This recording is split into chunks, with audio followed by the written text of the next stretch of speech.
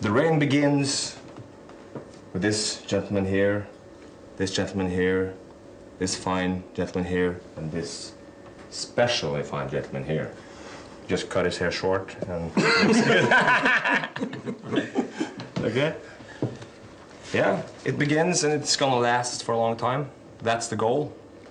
So we have to study the Bible here, you know, to really find some inspiration. From left to right, there's Alex, who's playing the keyboards. Uli, one of the most famous drummers in Germany, very skillful guy. Jorn Lande, in the middle. Viking. The rising star among the singers in Europe, great voice. Roland Grappo, great guitarist. And Jan will play the bass with this lineup on stage when they're going on tour in early 2003. It's written in the Bible. It says here. Oh God. You make an introduction. Who the fuck we are? Okay.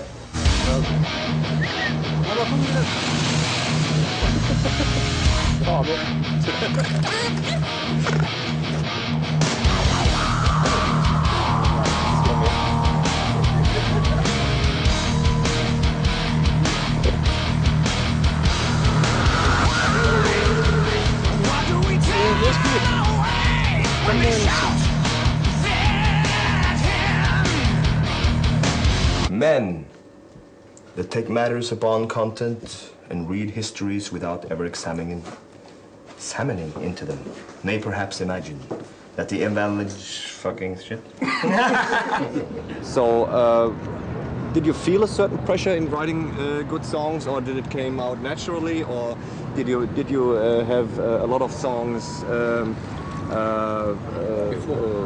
Yeah, did you write it before? Yeah, so actually, there was no pressure to do that thing, because Roland and I, we started very early to write songs during the Halloween tour, and that was meant to be for a project. But then with the Halloween split, we decided to make more out of it, and then already we got like 80% of the basic music, and then we worked the stuff out, and then there was we had enough time actually, because we didn't know when it will happen with the record deal or something, so we had enough time to finish something which is strong. And then after we finished it, and after we found Jorn, we decided, no, okay, let's go to record companies and stuff and let's get a deal.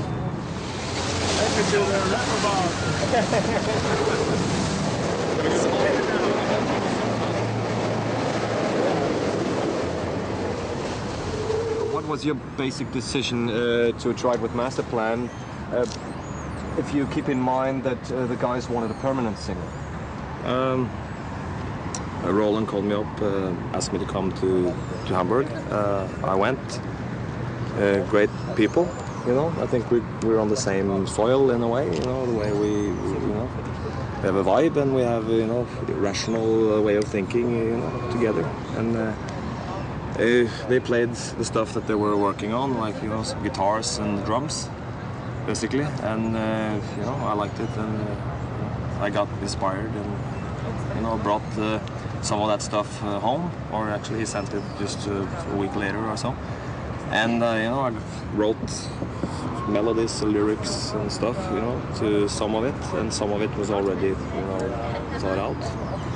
But you know, I think yeah, this band had something different from a lot of the other bands. It has much more energy and much more classic roots in metal, which is, you know, it's not too experimental in the sense of wanting to go out in the atmosphere to just, you know, to try and be new or try and be something else.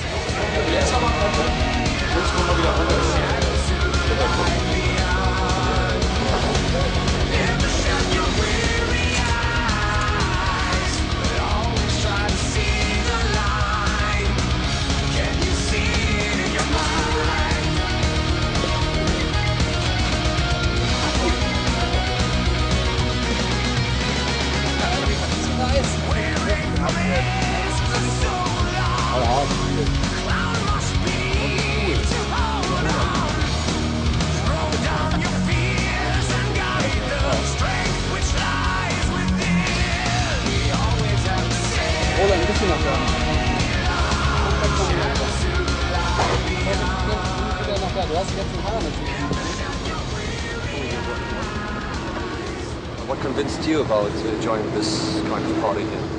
One phone call.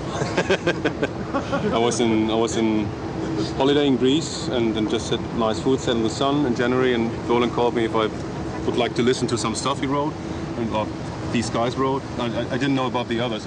Roland called me, yeah, there's a new thing coming up. Do you want to join this? And because of the fact we contacted like 10 years ago, we had some sort of session together.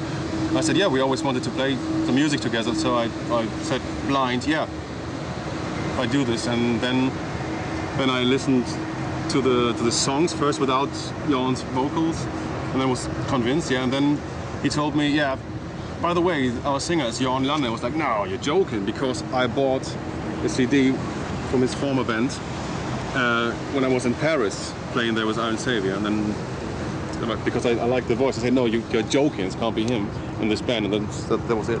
Fantastic. Did you guys mentally survive your your leaving of Halloween and the way it happened?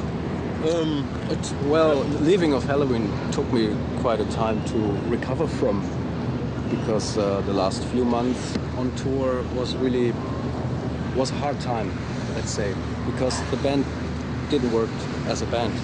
We didn't work as a team, and everybody had different opinions and stuff. And I mean, we were quite successful on tour, and we did like big festivals and stuff. And the last gig we did in Spain was like 20,000 people, and all hands were, in the air, and the people.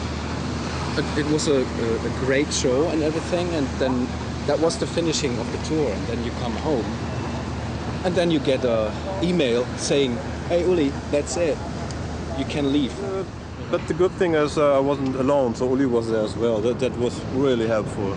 I think that was maybe 50% already to make it easier, we can talk with somebody who has the same situation. It's always easier. But then we realize we have to be strong. We have to be. And we choked off. then we realize, hey, that's not the end of the world. So it's just, if somebody doesn't want to work with us, so it's fine. Then we should be separate for the future. So we wish them luck, and we're happy that this is what's happened 1 year ago. And if people listen to the result of the new band, I think that's the best decision the ex-members made, honestly.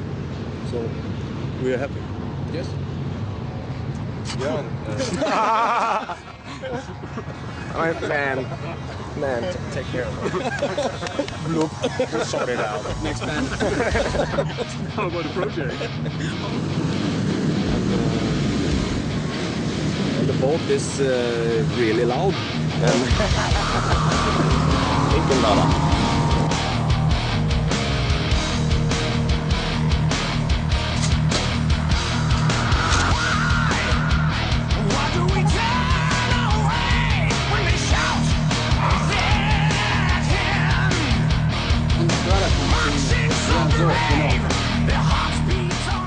We always had contact, and I felt very honored when he asked me to join this band. And I went up to Roland, and we knew from studio situations, and I was listening to that great stuff, and really stunned me like a blow. You don't have to say that. For the first time in my life that I had a situation, I was of course pushed into it, that we felt this should be a team from the beginning, so I don't have any solo attitude feelings here. This is not my project or Uli's or ours. It should be a band from the beginning.